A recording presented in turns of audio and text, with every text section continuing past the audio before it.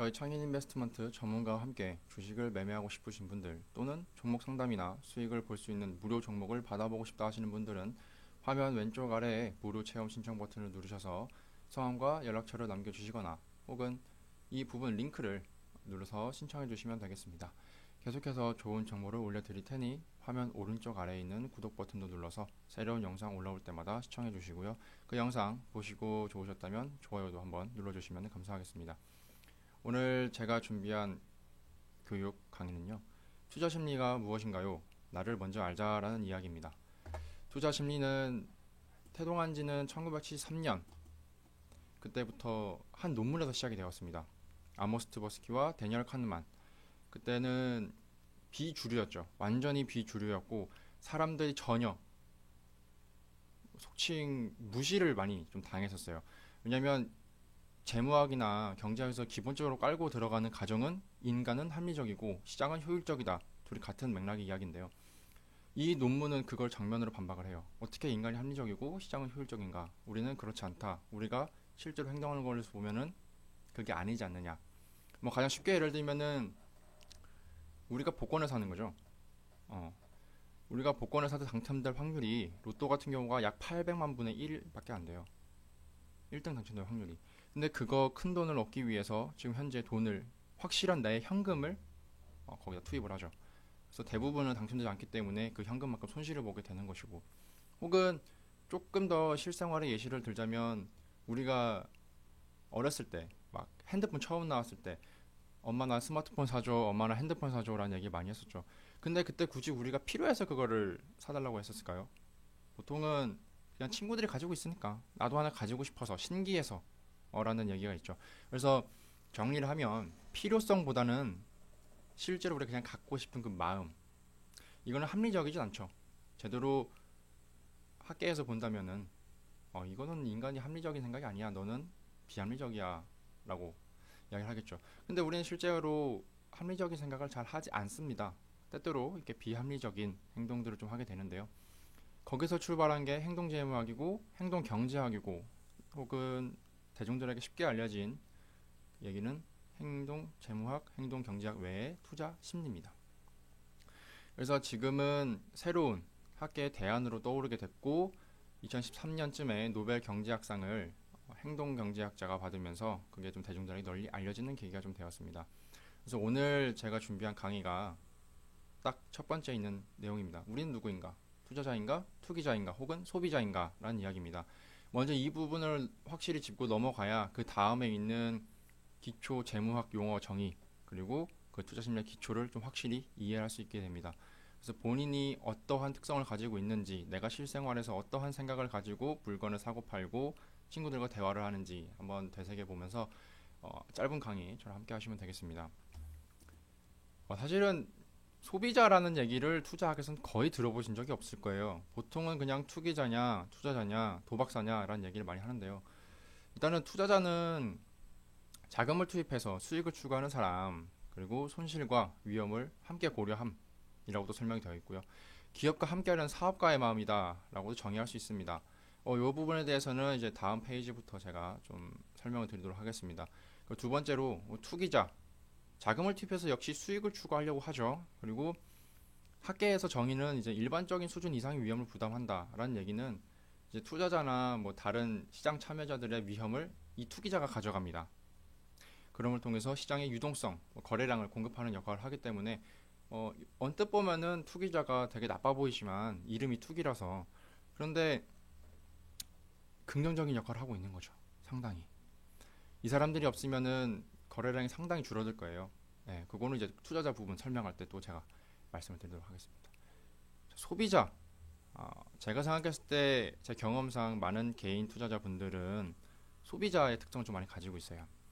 자금을 투입하는 건 똑같지만 단순히 물건을 삽니다. 그리고 손익에 대한 고려, 아까의 일상생활에서는 필요성, 그거에 대한 고려보다는 그냥 사고 싶어서 가지고 싶다라는 욕망, 여기서 중요한 키포인트는 욕망입니다.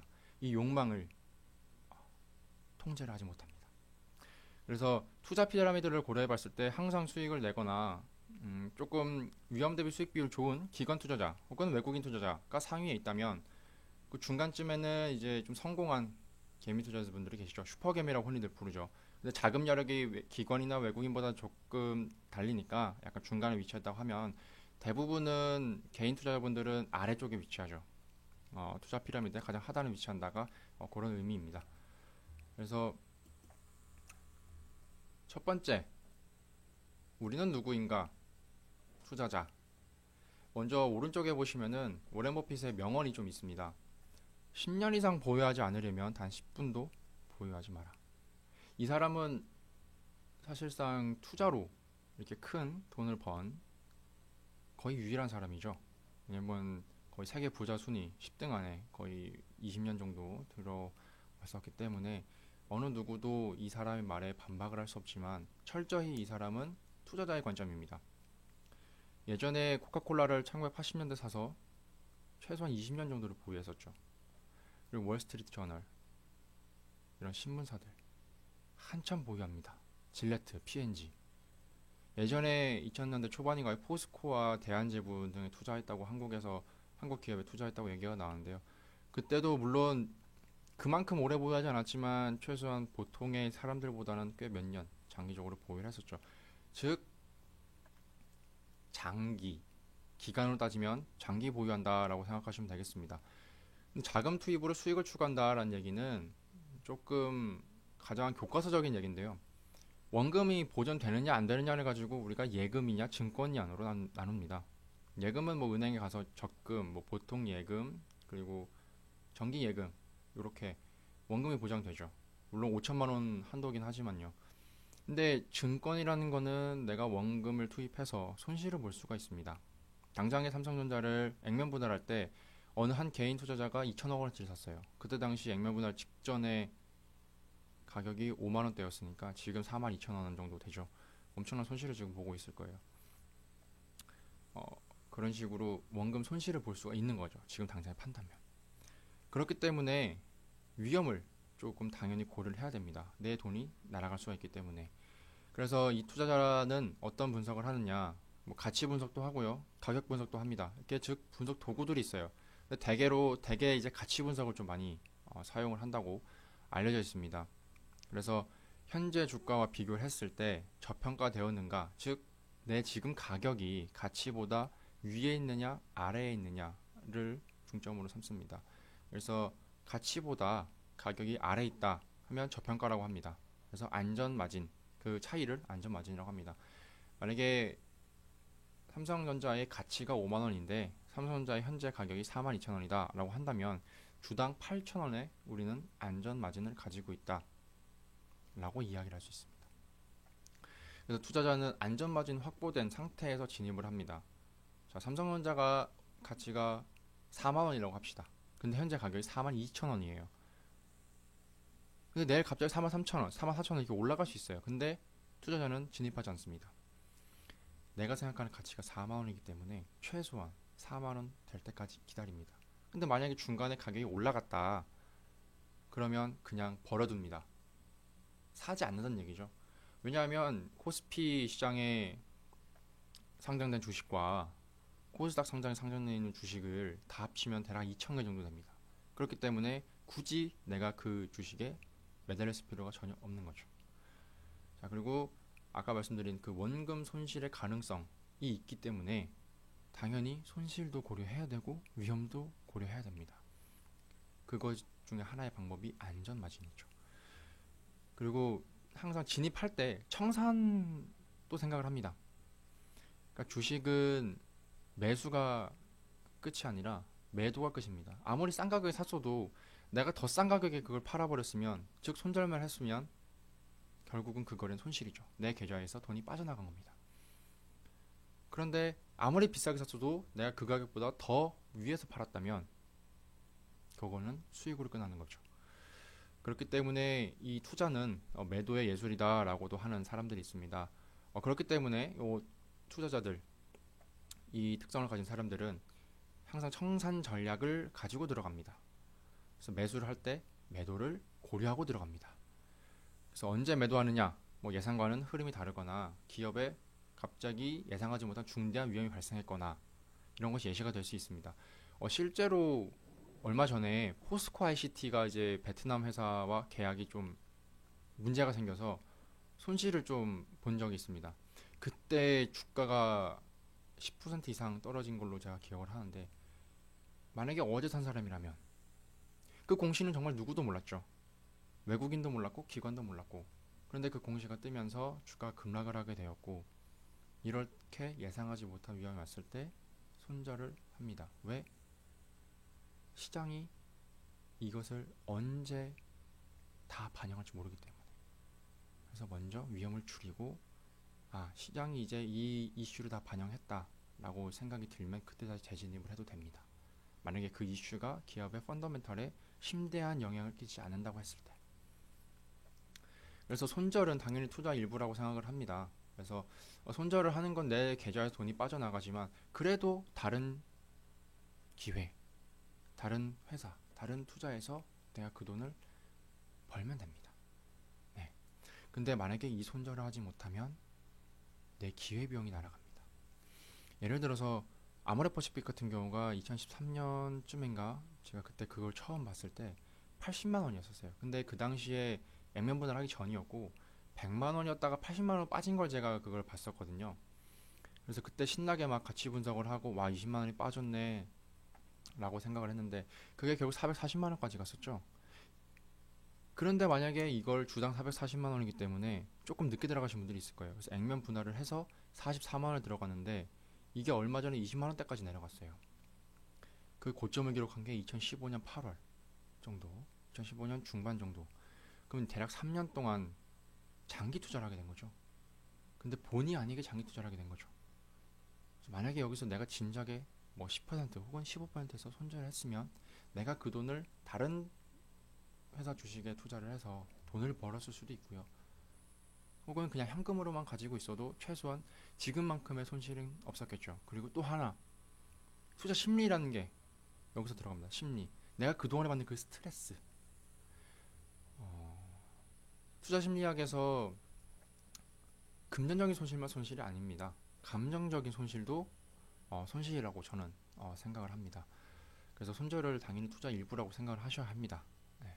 그래서 너무 마음 아파하시면은 다음 기회를 놓칠 수가 있기 때문에, 손절은 그럴 수 있다, 내가 다음에 또 메꾸자 라는 생각을 가지고 들어가시면 될 것 같습니다. 그리고 기업과 함께 하려는 마음, 약간 사업가의 마음이죠. 예를 들어서 뭐 포스코 ICT가 그렇게 큰 계약 위험에 빠져서 주가가 급락했는데도 뭐 임원진들이나 하다못해 말단 사원, 이 사람들이 일을 안 할까요? 그 사람들은 일을 지금 되게 열심히 하고 있습니다. 그 당시에도 출근하고 야근하고 주말에도 일하는 경우도 있었고요. 뭐 조금 더 넘어가서는 뭐 임직원들이나 대주주들이 주가 빠졌으니까 난 매도할래, 이렇게 무차기만 일을 벌이지도 않았죠. 왜? 그 사람들은 내 회사를 더 키울 생각이 있고, 그렇게 되면 자연스럽게 주가가 따라올 거니까.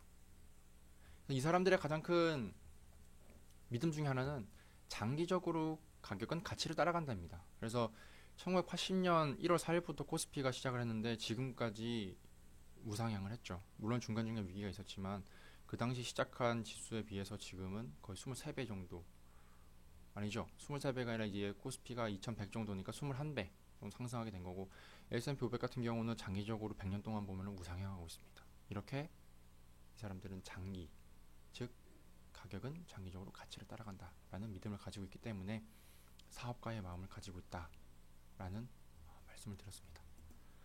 두 번째, 사람들이 조금 오해하는 경우도 있어요. 투기자라고 하면은 야, 그거 너무 위험해, 도박사 아니냐, 경마, 뭐 복권이라고 생각하시는 분들이 있는데요. 일반적으로 정의는 사실 한 방향으로 좀 많이 투자를 하고 단기로 많이 수익을 추구하는 사람들이라고 생각을 해요. 그렇기 때문에 단기로 조금 하다 보니까 아무래도 중장기 투자하시는 분들에 비해서는 조금 위험이 크긴 하죠. 근데 그게 투기자의 특성입니다. 네. 그래서 자금 투입으로 수익을 추구하는 건 맞습니다. 근데 이제 이 사람들이 회사의 가치를 어떻게 파악하느냐라는 걸 보면은 더 큰 바보 이론이라는 게 있어요. 나보다 더 멍청한 사람이 있을 것이다. 보통은 이제 내가 만약에 만 원에 샀으면 이걸 12,000원에 누군가 살 것이다 라는 믿음을 가지고 있는 거죠. 그 주식이 3,000원에도 출발했음에도 불구하고 이미 주가가 3배 이상 올라갔음에도 불구하고 여기서 더 올라갈 것이다 라고 생각하고 진입하는 경우가 조금 사람들이 많이 알고 계세요. 그리고 이렇게 말씀을 드리는 게 투기자에 대해서 한 부분을 좀 이해하시면 편하실 것 같고, 그래서 이 사람들은 주로 기술적 분석을 좀 많이 해요. 그래서 차트 분석이라고도 합니다. 그리고 가치를 파악하는데 펀더멘탈보다는 그냥 단순히 미래에 사람들이 기대하는 가격을 기준으로 삼습니다. 그것이 가치라고 생각을 합니다. 그래서 미래 가격이 12,000원 될 것 같아. 근데 현재 가격이 10,000원이네? 이것을 안전마진이라고 생각을 합니다. 네. 그렇기 때문에 조금 위험하다라고 생각하시는 분들이 많고, 그래서 일정 수준 이상의 위험을 부담하는 특성을 가지고 있고요. 그만큼 위험을 추구하기 때문에 수익도 기대하는 게 좀 더 큽니다. 그렇겠죠. 예를 들어서 바닥을 잡으려는 사람들이 있죠. 만약에 아모레퍼시픽이 3년 동안 장기적으로 빠졌는데 최근에 이제 화장품주가 광군제 그리고 한알령 해제의 느낌이 조금 돌면서 화장품주가 많이 올라갔을 때 아모레퍼시픽도 같이 좀 올라갔어요. 그렇게 바닥을 잡으려고 3년 동안 시도했는데 이제 조금 성공한 듯 보입니다. 즉 이렇게 바닥을 잡아서 고점에서 팔면 상당히 큰 수익이죠. 그렇기 때문에 그 위험을 부담한 대가가 그 정도는 돼야 한다라는 생각을 좀 가지고 있습니다. 다만 이 사람들도 위험을 당연히 생각하고 있습니다. 왜? 3년 동안 빠졌잖아요. 그러면 내가 날아가는 그 시간과 내가 받는 스트레스는 감당하기가 좀 힘들죠. 3년 동안 빠졌기 때문에. 그래서 아무리 투기자라고 해도 손절매를 진행을 하고 언제 빠져야 되고 언제 들어가야 되는지 그리고 비중은 어떻게 해야 하는지 등등의 위험 관리를 철저하게 합니다. 오히려 단기이기 때문에. 그래서 옆에 있는 사람은 제시 리버머라고요. 1929년 미국 대공황 때 공매도를 해서 엄청나게 큰 돈을 번 사람입니다. 그래서 이 사람은 대표적인 투기자 예시라고 볼 수 있는데요. 먼저 화면에 나와 있는 게 조금 이제 제가 번역본을 못 찾아서 그냥 그대로 원본 영어로 나타내는데요. 한글로 번역해서 말씀드리면 투기는 세상에서 가장 아름다운 게임이다. 그런데 바보를 위한 게임은 절대 아니고 게으른 사람들 위한 것도 절대 아니다. 라는 이야기가 있습니다. 그 사람들은 결국 가난하게 죽을 것이다. 그게 앞에 제가 설명드린 내용들입니다. 위험관리 이야기. 그리고 이제 시장의 유동성을 공급한다는 얘기는 사실 가치 투자자 하시는 분들은 본인이 생각하는 가격대까지 내려올 때까지 매매를 안 합니다. 정상적인 완전 원론적인 가치 투자자분들은요. 그렇기 때문에 거래량이 메말라요. 그때 아니면 안 사잖아요. 안 팔고. 그럴 때 이제 누가 사고 파느냐? 단기 매매하시는 분들이 사고 팝니다. 투기자들이 사고 팔죠. 그렇기 때문에 이제 시장 유동성을 공급해서 보다 매매가 좀 편하겠죠. 그래서 트레이더로 영어로 이제 말을 하는데요. 트레이더는 사실 그냥 말 그대로 거래예요. 거래. 사고 파는 거죠. 그래서 이 회사가 뭐 하는 회사인지 그렇게 썩 중요하진 않아요. 물론 이 회사가 망할 회사인지 망하지 않을 회사인지는 지켜보겠지만 그냥 적절히 살아만 있으면 기준을 충족한다라고 생각을 하는 경향이 좀 있습니다. 예를 들어서 시험을 봤을 때 꽈락을 하면 그 시험이 아무리 점수를 잘 받아도 떨어지는 것처럼 최소한의 기준 이상은 돼야 하지만 그게 그렇게 큰 기준 되진 않습니다. 그래서 트레이더라고 번역을 하는 게 좀 일반적인 내용입니다. 그리고 제가 사실 맨 마지막에 이 소비자를 제일 중요하게 생각을 하는데요. 우리가 투자에서 좀 많이 실패하고 손절을 늦게 하고 손실을 보고 매일매일 주가를 확인하면서 이 스트레스와 아픔을 겪는데 왜 그럴까? 저도 수년간의 트레이딩 경험과 전문가의 경험 그리고 학교에서의 그 배움 그걸 통해서 참 많이 고찰을 해봤는데요. 사람들은 조금 소비자의 경향이 있지 않은가라고 결론을 내렸었어요. 이게 무슨 얘기냐면 그냥 편의점에 가서 뭐 라면 하나 사는 것처럼 주식을 사는 거예요. 그러니까 내가 뭘 필요해서 사는 게 아니라 사고 싶어서 사는 거죠. 뭐 액세서리라든가 그냥 뭐 신상 전자제품 같은 것들 단순히 사고 싶어서 삽니다. 물론 필요해서 하시는 분들도 있죠. 근데 보통은 항상 그런 것도 아니고요. 그래서 만족감을 획득하려고 해요. 내가 뭘 샀으면 오케이 나 기분 좋아 끝 이런 거죠. 그래서 지름신이라고 좀 하죠. 네. 뭐 요즘에 핫한 쿠팡이라든가 미미F 같은 데 보면은 핫딜 뭐 이러면서 뭐 80% 세일하는 거 딱 보면은 와우 감탄사가 나오면서 바로바로 지르죠. 네, 속칭 지른다고 하죠. 그래서 막 사고 팔아요. 근데 이걸 주식에서 그렇게 하게 되면은 우리가 기대할 수 있는 건 없습니다. 좀 단호하게 말씀드리면 내가 자금을 투입해서 내 돈으로 뭘 샀어요. 사고 싶어서 샀어요. 삼성전자가 내가 그동안 못 샀거든요. 130만 원에서 270만 원에 두 배가 올라가는 이 엄청난 초대형 주식 두 배가 올라가는 동안 난 그동안 뭘 했을까라고 하면서 액면 분할하면서 주가가 뚝 주당 가격이 떨어지니까 내가 살 수 있거든요. 이제 한 주당 5만 원만 있으면 살 수 있거든요. 그렇게 해서 그냥 사요. 왜? 그동안 못 샀고 지금까지 이렇게 올라갔으면 앞으로 또 올라갈 것 같으니까 라는 단순 기대감 때문에. 그런데 우리는 여기서 더 이상 기대하면 안 됩니다. 왜? 투자자와 투기자는 자금 투입으로 위험 관리를 통해서 수익을 추구합니다.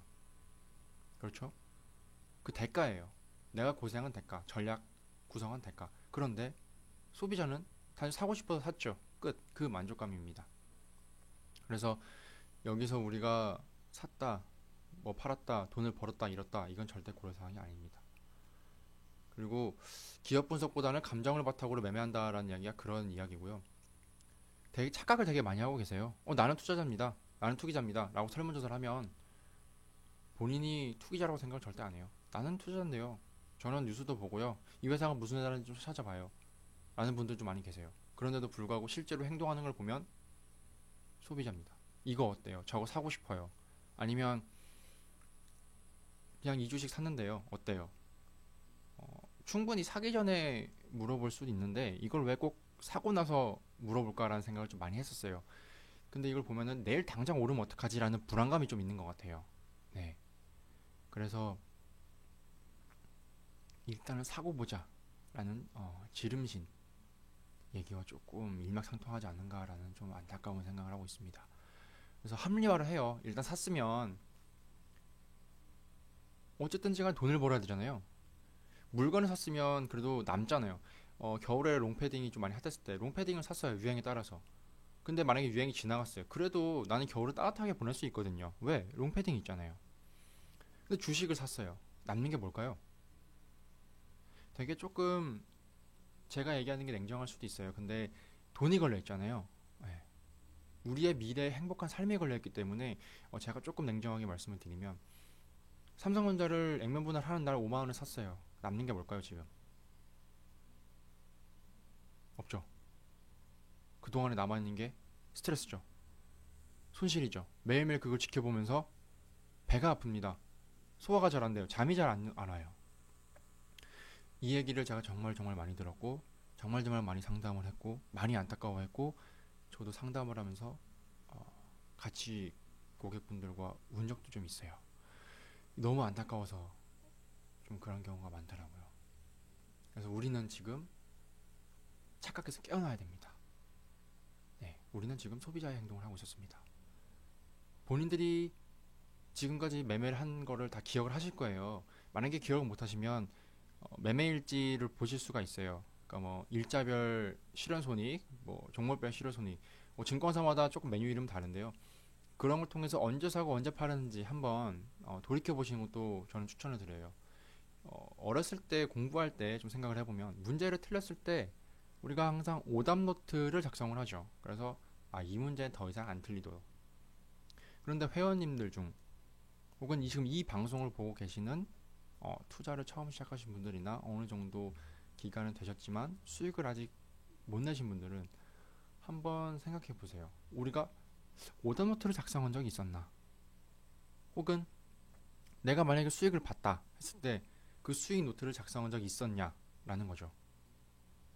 바둑을 둘 때 복귀한다고 하죠. 그렇게 복귀를 하신 적이 있는지 아마 대부분은 없으실 거예요. 제가 한번 제 고객들에게 조사를 해봤었거든요. 제 지인들도 그렇고. 근데 조사를 해봤을 때 한 번도 어느 누구도 한 적이 없다고 하더라고요. 근데 그게 출발입니다. 그래서 정리를 하면 수익과 위험을 고려하지 않고 그냥 사고 싶어서 사고, 그 뒤에 어떻게 하지? 전략이 그 뒤에 따라옵니다. 분석을 하고 전략을 세운 다음 매매를 해야 되는데, 일단은 매매를 하고 그 다음에 분석을 하고 전략을 짜요. 그렇기 때문에 음, 다른 사람들에 비해서는 조금 피라미드 하단에 있다라고 조금 생각을 하게 됩니다. 그래서 조금 되게 안타까운 얘기예요. 사실 조금이 아니라 많이 안타까운 얘기입니다. 우리가 고생해서 번 돈, 상사의 스트레스, 거래처의 스트레스, 어, 자녀 있는 분들이라면 자녀가 뭘 사달라고 했는데 경제 사정이 좀 여의치 않아서 사주지 못하신 그 안타까운 그 마음들, 철저히 공감을 하는데요. 그러신 분들은 한번 생각을 해보셔야 될 것 같아요. 내가 소비자였구나. 나의 매매 패턴이 어땠는지 한번 돌이켜 보시면 될 것 같아요. 제가 계속 사실 이 얘기를 계속 반복해서 드리고 있는 이유는 이것이 출발입니다. 여기서 끝이 아니에요. 지금까지 손실을 봤어도 이게 끝이 아닙니다. 이제 시작입니다. 왜? 지금까지 내가 돈을 잃어왔으면 여기서 우리가 어떤 사람인지를 제대로 파악을 하고 앞으로 나아가면 됩니다. 그래서 지금까지 잃었던 돈 앞으로 벌어서 메꾸면 됩니다. 그리고 그 뒤에는 그 뒤에 번 돈은 다 우리의 수익이죠. 그래서 이제 시작이기 때문에 저도 그 과정을 충분히 겪었었고 상당히 많은 아픔을 겪었었기 때문에 세 번, 네 번, 다섯 번 반복해서 말씀을 드렸었습니다. 그래서 되게 안타까운 얘기입니다. 시장이 수익을 공급해요. 투기자와 투자자들의 먹잇감이죠. 항상 고점에 사가지고 내가 사면 떨어지네. 내가 팔았더니 올라가네. 그건 다 누구? 투자자와 투기자의 수익으로 바뀝니다. 그리고 조금 두 가지 마지막 특성이 있는데요. 지루함을 견디지 못해요. 내가 사자마자 올라야 되고 안 오르면은 이거 왜 안 올라요? 이거 왜 안 오를까요? 어떤 소식이 있나요? 되게 궁금해들 하세요. 그런데 주식은 다 때가 있습니다. 그때는 어느 누구도 모르지만 시간이 지나면 주가는 장기적으로 우상향합니다. 그 회사가 건전한 회사라면. 근데 우리는 그 지루함, 그 횡보를 견뎌야 됩니다. 문병로 교수님이 쓰신 매트릭 스튜디오라는 책이 있습니다. 그 책에 보면은 2002년부터 2013년인가요? 그때까지 코스피 코스닥 시장에 있는 모든 종목을 대상으로 했을 때 시장이 상승한 기간 혹은 하락한 기간, 즉 방향성을 가진 기간보다 횡보하는 기간이 몇 배 더 길었어요. 그러니까 우리는 그 지루함을 당연하게 생각해야 됩니다. 투자자와 투기자가 손절을 당연하다고 생각하는 것처럼 우리는 기다림을 당연하다고 생각해야 됩니다. 이 부분에 대해서는 제가 다음 강의 혹은 기회가 있는 그 시간에 좀 자세하게 말씀을 드릴게요. 그리고 마지막 특성인데요. 다다익선의 함정이라고 되어 있어요. 항상 뭔가 정보가 많으면 도움이 될 거라 생각을 해요. 그런데 이렇게 생각해 보시면 돼요. 이게 적절한 예시인지는 모르겠지만 수학 문제를 풀었을 때 되게 긴 문제가 있어요. 항상 마지막 문제 같은 경우 뭐 20번 문제, 30번 문제 보면은 문제가 3줄, 4줄이에요.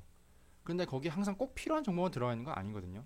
우리 선생님들이 속이려고 잘 모르는 학생들을 이제 좀 속아낸다고 그러죠. 점수 분별력을 위해서 굳이 안 넣어도 되는 정보를 막 넣어요. x는 뭐고 y는 뭐고 높이는 뭐고 이거 안 필요 없는 정보거든요.